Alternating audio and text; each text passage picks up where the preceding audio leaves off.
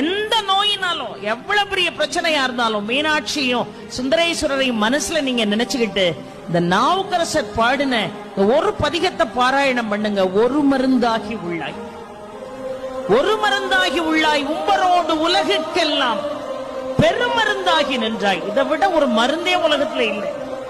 ஒரு மருந்தாகி உள்ளாய், உம்பரோடு உலகுக்கெல்லாம் பெருமருந்தாகி நின்றாய், பேரமுதின் சுவையாய் கருமருந்தாகி உள்ளாய். அடுத்த வார்த்தை ரொம்ப அழகாக சொன்னார் பாருங்க.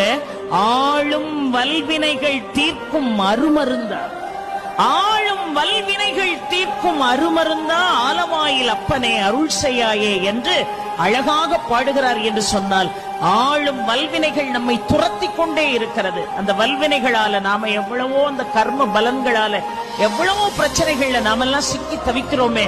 அந்த ஆளும் வல்வினைகள் தீர்க்கக்கூடிய அருமருந்தாக விளங்கக்கூடியவன் யாரு? இந்த சுந்தரேஸ்வரர், இந்த மீனாட்சி அம்மனுடைய ஆலயம். ஆக இந்த ஆலயத்திற்கு வருகை தந்து ஒவ்வொன்றையும் அதை ஒரு நாள் முழுதும் பார்த்தா கூட அந்த ஆலயத்தை பார்த்து முடிக்க முடியும்.